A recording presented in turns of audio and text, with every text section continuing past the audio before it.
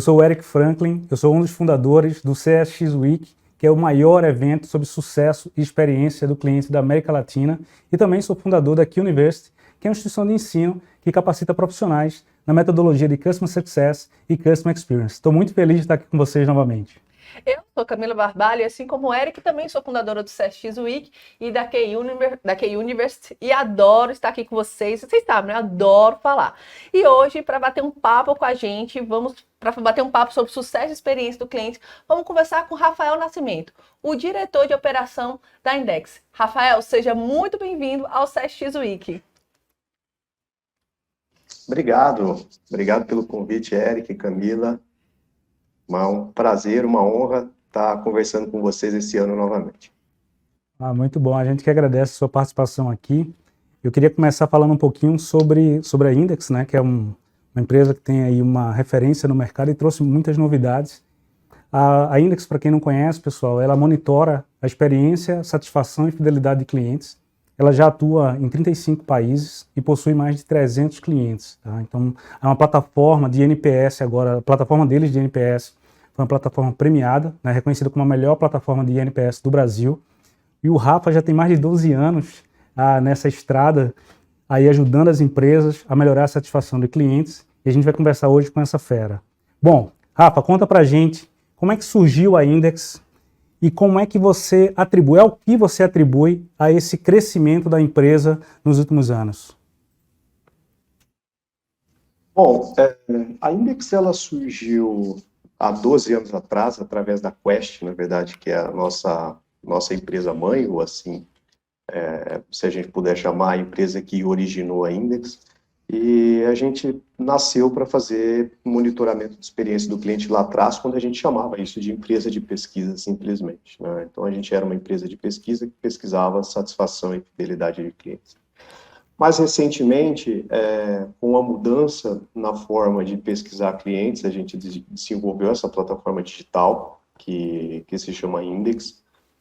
E aí, isso eu estou falando de 3 anos atrás, e daí a gente tem virado muitos projetos para a Index, monitorando de forma online e instantânea o nível de satisfação e fidelidade dos clientes. Então, a nossa história ela nasce como uma empresa de pesquisa, a gente não é uma empresa de software, a gente não é uma empresa originalmente de tecnologia, a gente é uma empresa de pesquisa, a gente é uma empresa de monitoramento de experiência do cliente, que desenvolveu uma plataforma mais recentemente para essa finalidade, fazendo isso de forma digital, apoiado em inteligência artificial, apoiado em, aí sim, um departamento de tecnologia interno para ajudar as empresas a monitorar a experiência dos seus clientes. Então, é muito bacana porque você fala, quando você cria essa plataforma, você fala com propriedade, porque você já faz pesquisa há muito tempo, então já sabe o que deve perguntar e por onde deve ir. Muito bacana. Mas então, Rafa, eu vou pegar toda a sua experiência e queria que você respondesse para mim o seguinte: o que mudou nessa pesquisa o cliente nessas últimas décadas em relação à pesquisa de satisfação? O que mudou? Bom, falar em pesquisa de satisfação, a gente tem que entender que isso é algo muito antigo, né? A gente está falando de um processo secular, né? Então, não é recente que se fala em pesquisa de satisfação e pesquisa de fidelidade de clientes, quando nem existiam métricas como hoje, NPS, CSAT, etc. A gente tinha, já existiam pesquisas de satisfação. Não entregando um pouco a idade aqui, mas já entregando a idade da empresa, né? A gente realiza pesquisa de satisfação, por exemplo, desde quando a gente realizava isso por correio. A gente enviava carta para clientes respondiam essas cartas, as cartas chegavam aqui, a gente tabulava isso, e aí sim usando softwares para a gente realizar nossas análises. Bom, a gente poderia falar do que mudou em processo, então o processo mudou bastante, então carta não se usa mais, obviamente, né? Depois de carta a gente começou a usar telefone, eu já usava telefone, mas depois começou a usar telefone como principal canal. Hoje, digital, e-mail, SMS, WhatsApp, redes sociais e entre outros N canais que a gente utiliza aqui para monitorar a experiência do cliente. Mas o que eu vejo que mais mudou não é nem falando em processo, né? Não é nem falando em processo. O que mais mudou é como que as empresas encaram os resultados dessa pesquisa. E quando a gente começou a fazer pesquisa lá atrás, muitas empresas olhavam isso somente como mais um indicador, né? E hoje a gente vê cada vez mais empresas olhando realmente a essência e olhando esse indicador como um indicador crucial para melhorar a experiência do seu cliente na ponta. Falando aí já da era da experiência do cliente ou da era da centralidade do cliente, isso contribui para a importância das pesquisas, do resultado das pesquisas dentro das organizações. Então, respondendo diretamente, apesar de ter alongado a resposta, respondendo diretamente, o que eu acho que mais mudou, o que eu vejo que mais mudou no processo de pesquisa é a importância que as empresas têm dado para esse indicador, diferentemente de outros tempos, onde a gente tinha um processo, muitas vezes para cumprir normativas ou processos internos, mas que não tinha o protagonismo que hoje tem nas companhias para melhora da experiência do cliente. Acho que as empresas elas começam a perceber o valor, né, que a pesquisa tem. Acho que você falou muito bem, quando a gente sai de uma fase de coadjuvante, né, para ser ali o ator principal, porque a voz do cliente passa a ser realmente a medida principal para orientar o restante das decisões. Quando a gente fala de pesquisa, né, você falou muito bem que a pesquisa já existe há bastante tempo, a gente parênteses aqui, eu estava aqui pensando na pesquisa de Encarta, né?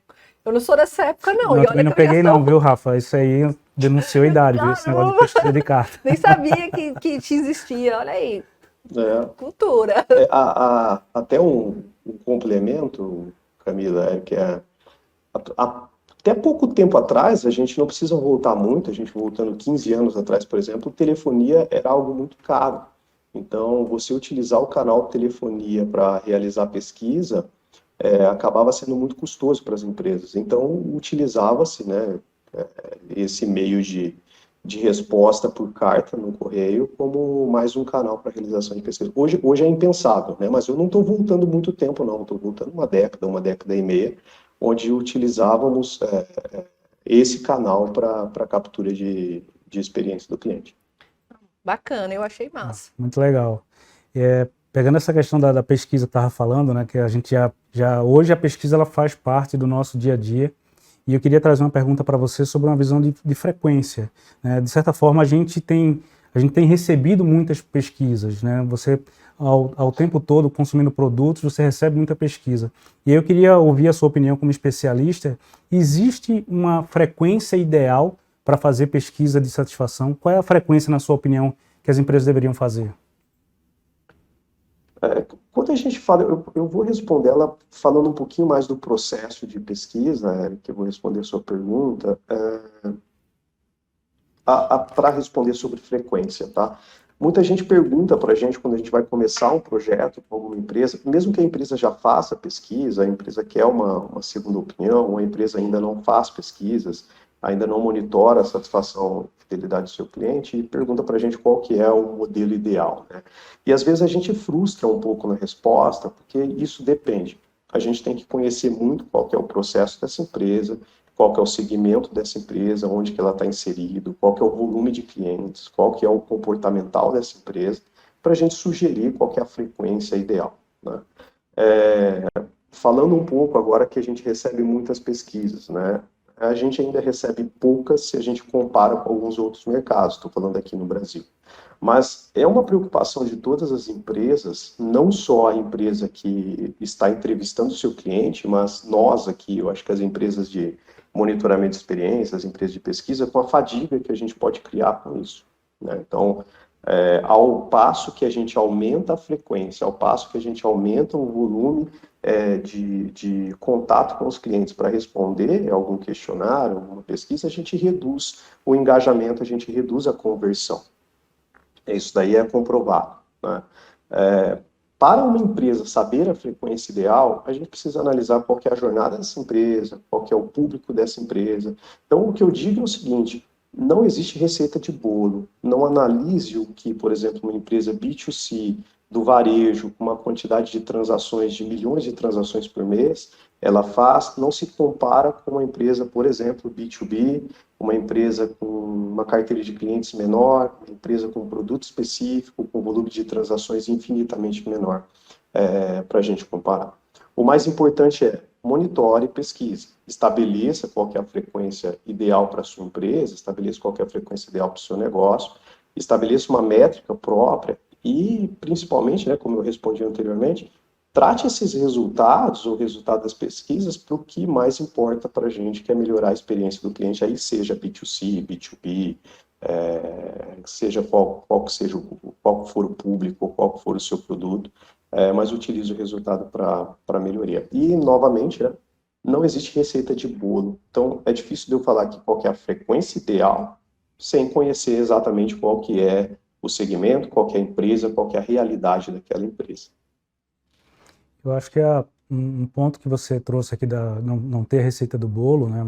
E de certa forma a própria empresa, quando você começar a aplicar a pesquisa, o próprio feedback que os clientes começam a dar, você começa a saber também qual é o tempo ideal de fazer essa pesquisa, né? Porque você vai saber se você cai, por exemplo, no engajamento ali, você está fazendo muita pergunta muito próxima uma da outra, então às vezes você tem marcos importantes que você pode querer medir também ao final desse marco, ao final daquela experiência. Então acho que tem realmente, assim como o Rafael falou, analisar a jornada e saber os pontos críticos onde fazer essa pesquisa varia de caso para caso. E eu acho que você colocou muito bem, não tem receita de bolo, né? Tem que analisar a jornada e saber qual é o ponto que tem que pesquisar nessa jornada. É porque hoje em dia a gente quer tudo muito fácil, né? Tipo, é assim, pronto, e vai dar certo. E normalmente o que dá certo para um não dá certo para outro. E assim segue. Mas vamos continuar aqui as nossas perguntas. Então, Rafa, sabemos que existem empresas que nem sempre estão 100% certa o tempo todo. Então, eventualmente, as empresas precisarão lidar com clientes insatisfeitos. Na sua opinião, qual é a dica que você daria para esse tipo de situação? É igual tentar buscar o NPS 100, né, Camila? É utopia, né? E às vezes a gente trabalha aqui com algumas empresas que vêm, minha meta está numa situação, por exemplo, de um nível, vou pegar o NPS, que é o mais comum, mas está no nível de NPS ali de 10, 20, aí coloca, minha meta é 80, minha meta é ter 0% de detratores, etc. Isso é utopia, né? Cuidado, isso não vai acontecer e você vai se frustrar. E aí, obviamente que quando a gente não tem, ter uma situação de perfeição, se você tem uma situação de perfeição no monitoramento de experiência do seu cliente, você olha e fala assim, eu tenho meu cenário perfeito, 0% de detratores, 0% de problemas, alguma coisa você está fazendo errado. E a começar, talvez o seu processo de pesquisa, o seu processo de monitoramento esteja errado, né? Porque problemas existem. E como lidar com eles? O que eu sempre costumo dizer para as empresas aqui que trabalham conosco, ou para as empresas que nos procuram para consultoria, para mentoria, é sinceridade. Então, a primeira coisa é ter sinceridade conosco mesmo e saber que isso é um problema, assumir que isso daí que é o problema, que ocorreu, que a gente causou uma insatisfação no cliente por algum problema de processo, algum problema de atendimento interno que a gente tem, ou algum problema de produto, ter essa sinceridade conosco para buscar qual é a causa, e a sinceridade com o cliente, a clareza, a transparência com o cliente para lidar com a situação. A gente não consegue, né, e algo que a gente vê como comum, infelizmente, nas empresas quando vão tratar um problema, justificar que esse problema não é nosso, né? Atribuir o problema a terceiros, ou buscar uma causa que não seja uma causa ligada ao meu processo, isso só vai irritar mais o cliente. Então, o que eu costumo dizer, seja claro, seja transparente, mas antes de tudo, seja sincero com você mesmo.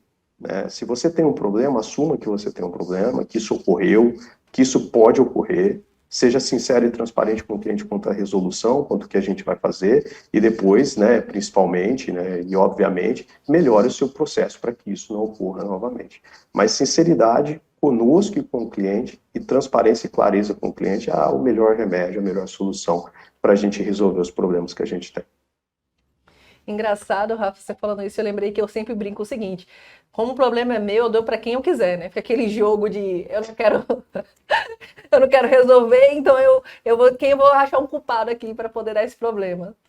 E essa transparência é muito importante. Eu acho que você trouxe essa questão do reconhecer, né? Muitas empresas elas não reconhecem. E aí fica um desgaste, ao invés de ajudar no processo, fica um desgaste ainda maior. Eu queria dar continuidade aqui ao nosso bate-papo. Você quer complementar, Rafa? É só complementando, Érica, até um ponto, né, que a gente pode atribuir o problema a terceiro é o pior erro que a gente pode cometer quando a gente estiver tratando uma reclamação do cliente. Porque para o cliente, independentemente se você tem fornecedor, se você tem todo o seu ecossistema que envolve que pode causar alguma coisa, o problema é contigo, né? Não é com a cadeia logística, não é com o Correios, não é com a transportadora XYZ, não é com nenhum, o problema é contigo, ocorreu contigo, né? A minha relação comercial é com você. E aí, a gente tem algumas pesquisas aqui que a gente aplica pós-resolução do problema ou pós-tratativa do problema. E aí a gente consegue identificar quando a empresa ela atribui o problema a terceiros, o nível de satisfação do cliente é até inferior ao inicialmente atribuído. Ou seja, eu tenho um problema. Se a empresa ela trata esse problema atribuindo esse problema a outra pessoa ou a um terceiro, o meu nível de satisfação é até inferior ao inicial. Então, é o primeiro erro, é o principal erro que ocorre. E, infelizmente, é um erro muito comum de ocorrer quando a gente está trabalhando a insatisfação do cliente. É tentar se isentar ou isentar a imagem da sua companhia e atribuir a terceiros. Isso para o cliente é catastrófico. Não, né? E a gente, como cliente, a empresa é a empresa, independente se ela trabalha com terceiros ou não, eu estou tratando com a empresa, então para mim o problema está nessa empresa. Parece uma prática muito comum, né? Porque parece que você é meio impregnado. Eu lembro de uma certa vez, na compra de um apartamento, quando eu recebi o apartamento, e aí tem aquela inspeção inicial, né? Quando você recebe a vistoria ali, você está recebendo, você vai checando. Eu lembro que um dos itens estava faltando uma lâmpada, uma coisa assim. E aí eu comentei, eu disse, olha, falta, ele disse, mas isso aí é meu terceirizado que esqueceu de instalar, vou passar o telefone dele para você aqui e você entra em contato com ele. Disse, não, peraí, eu comprei o apartamento de um terceirizado, não, eu comprei o apartamento da construtora X e ela que precisa resolver. Então, às vezes essa coisa é meio que pandêmico aí, né, endêmico, sei lá, as pessoas ficam terceirizando. E eu queria pegar a deixa dessa questão aí humana de terceirizar problema, e eu queria falar um pouquinho sobre máquina, Rafa, que é o seguinte, hoje se fala muito sobre inteligência artificial, e a inteligência artificial ela é apontada, né, como sendo uma tendência em vários estudos, mas a gente percebe falando muito de teoria sobre inteligência artificial, e quando a gente vai para o termo prático, a gente sente que falta ainda algumas peças no quebra-cabeça. Eu queria ouvir de você como a inteligência artificial pode efetivamente ajudar na prática o sucesso e a experiência do cliente. Legal a pergunta.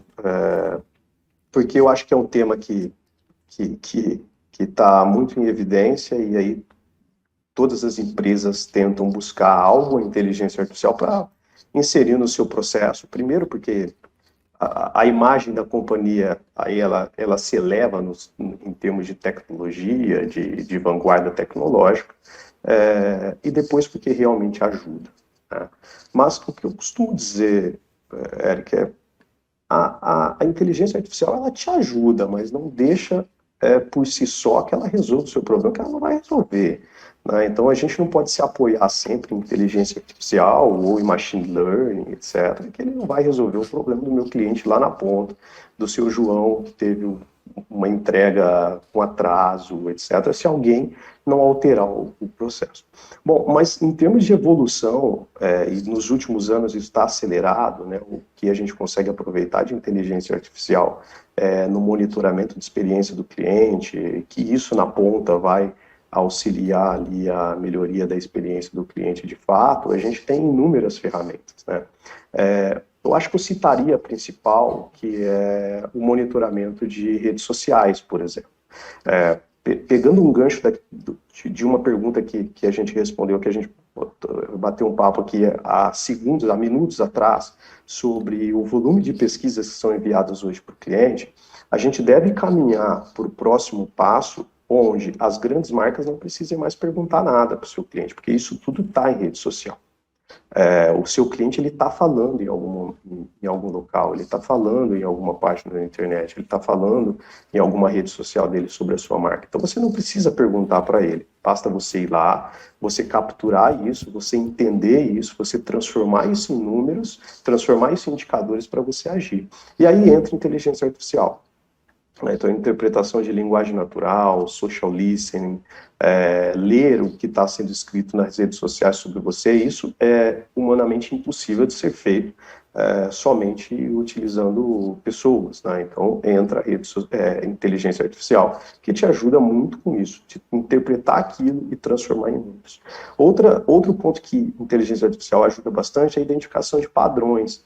Então, se eu tenho um padrão estabelecido comportamental, que isso me leva a um erro ou me leva a um acerto, a inteligência artificial consegue nos ajudar com isso. Análise de processamento de grandes massas de dados, para identificação de padrão, ele consegue nos ajudar com isso. Mas ele sempre vai apontar um provável caminho. Quem vai tomar a decisão de ir por esse caminho ou não, sempre vai ser um ser humano. E aí sempre a gente volta, né, na importância das equipes estarem preparadas, e a importância da equipe ter conhecimento de experiência do cliente a fundo e de melhoria de experiência do cliente a fundo para poder interpretar esses padrões e essas análises que a inteligência artificial vai te gerar. É uma tendência. Isso daqui vai aumentar cada vez mais a utilização de inteligência artificial ou a utilização da máquina para nos apoiar em indicadores de experiência do cliente, mas cada vez mais também, assim como a máquina ela vai se aprimorar cada vez mais, o profissional de CX, o profissional de CS terá que se aprimorar para identificar esses padrões e tomar as decisões acertadas em cima dos indicadores que a máquina te gera. É ser um analítico, né? Ter uma análise crítica sobre as informações. Você ter alguém que ajude no processo de análise, né? Porque, falou, a rede social é um bom exemplo. O volume de dados e de sinais que são registrados é humanamente impossível você processar isso sozinho, sem a ajuda de ferramentas, né? E a tendência é esse volume, ele só aumenta, né? Ele não diminui, não. O tempo todo a gente está gerando informação, né? Então, saber analisar vai ser realmente um diferencial. Então, Rafa, entre os clientes da Index e as empresas que vocês trabalham, quais os diferenciais você enxerga em uma empresa que poderia ser um case de sucesso em relação à experiência do cliente? Conta aí pra gente. Eu não vejo porque assim, entre as empresas que a gente trabalha, que são empresas que já estão, em certos pontos, preocupadas com a experiência do seu cliente, né? A gente tem um topo da pirâmide ali de ainda uma quantidade muito grande de empresas no mundo, mais especificamente no Brasil, no país, que elas ainda não estão no estágio de maturidade de se preocupar com a experiência do seu cliente, por isso elas acabam não monitorando a experiência do cliente. Então, as empresas que estão monitorando a experiência do cliente ou que estão preocupadas com isso, elas já estão um passo além. É claro que essa jornada é muito longa, mas ela já está um passo além de quem ainda está inerte a esse movimento. Mas o principal diferencial que eu vejo não é em processo, não é em ferramenta, é em pessoas, né? Então, aqui a gente atende, obviamente, empresas que já estão no estágio muito avançado, muito evoluídos em termos de experiência do cliente, empresas que estão iniciando ou empresas que já iniciaram, mas que não conseguem evoluir. E aí a diferença entre uma empresa que a gente pode separar como uma empresa case para isso, uma empresa não case em termos de experiência do cliente, basicamente ela está ligada muito mais à pessoa, ela está ligada a uma cultura corporativa que partiu de pessoas, para alterar essa cultura corporativa para ser uma cultura corporativa centralizada no cliente. Você tem pessoas com conhecimento, pessoas instruídas e pessoas envolvidas nesses processos de experiência do cliente. Então, basicamente, as pessoas, o preparo das pessoas e a cultura corporativa que determina, ou que hoje está determinando se aquela empresa ela vai ter sucesso em CX, em CS, ou se ela não vai ter sucesso em CX, em CS. Elas podem contratar, se a empresa ela não está preparada para isso, se as pessoas não estão preparadas, se as pessoas não estão preparadas para servir e se elas não estão comprometidas em melhorar a experiência do cliente, você pode contratar a inteligência artificial que for, a ferramenta que for, as ferramentas que forem, a consultoria externa que você quiser contratar, fazer o investimento que você quiser, que você não vai conseguir evoluir. Pessoas, na minha visão, que são as chaves para a gente alterar uma empresa não centralizada no cliente para centralizada no cliente.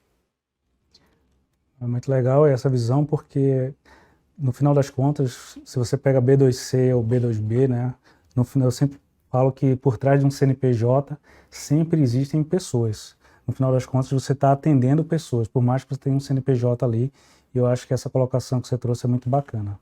Pessoal, a gente está chegando aqui ao final do nosso bate-papo, é sempre muito bacana, é muito gostoso estar aqui com especialistas da área de CX e CS. E eu queria aproveitar aqui o tempinho do Rafa, já nesse finalzinho de entrevista, para perguntar o seguinte: ele trouxe uma visão sobre as diversas empresas que estão em estágios diferentes de maturidade. Você trouxe aqui, tem empresa que está mais avançada, tem empresa que está mais no início. E aqui eu queria trazer uma dica, Rafa, que eu gostaria que você deixasse uma dica para quem está começando essa jornada e está dando ali os primeiros passos para criar experiências positivas. Por onde é que ele deve começar, no seu ponto de vista? Legal. Bom, se está começando nessa jornada, o primeiro passo já foi dado, né? Que é a vontade de mudar, a vontade de melhorar a experiência do cliente. Mas o que eu digo sempre é busque conhecimento. Eu acho que acho não, né? Com certeza. É um tema que tem evoluído muito nos últimos anos. Bom, Customer Experience, experiência do cliente, é um tema que não existia até pouco tempo atrás.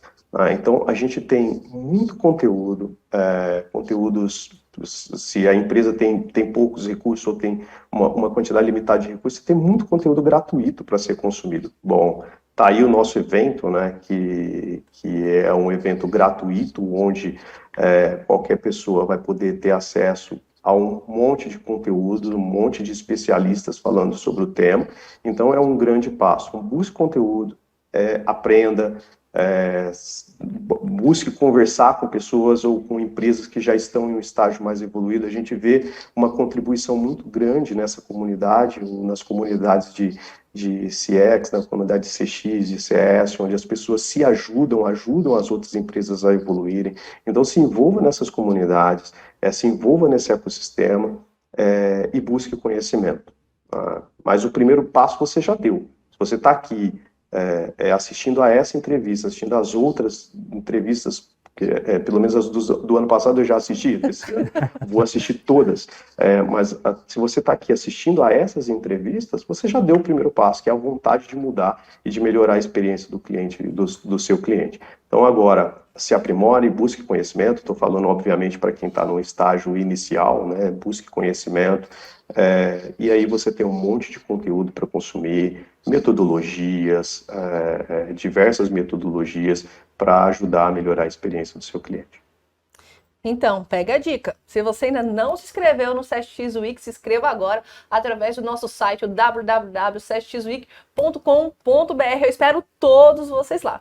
E para finalizar, Rafa, aqui nosso bate-papo que está tão gostoso, conta pra gente que está nos assistindo agora quais são as novidades da Index e como é que faz para se conectar com você e conhecer mais sobre a empresa.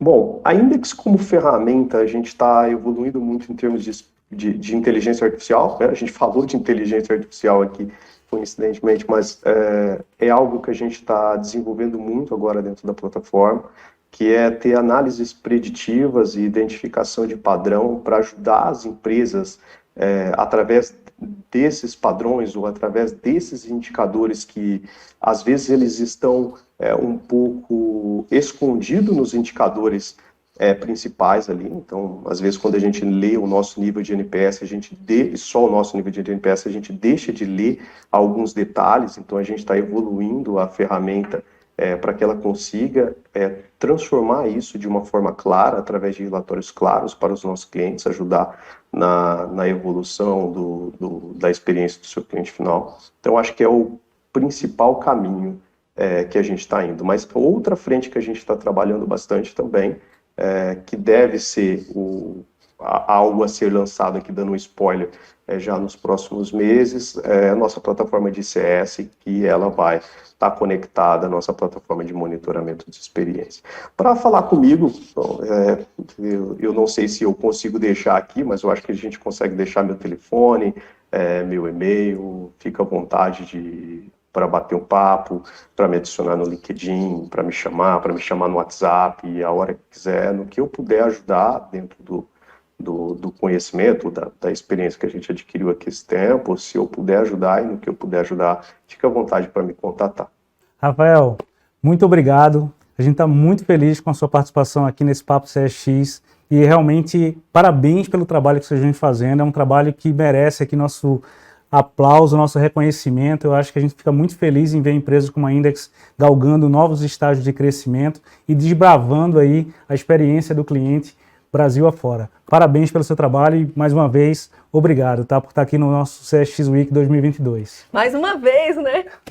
Mais uma Obrigadão, vez. gente. Muito obrigado. Tchau, tchau. Tchau, tchau, pessoal.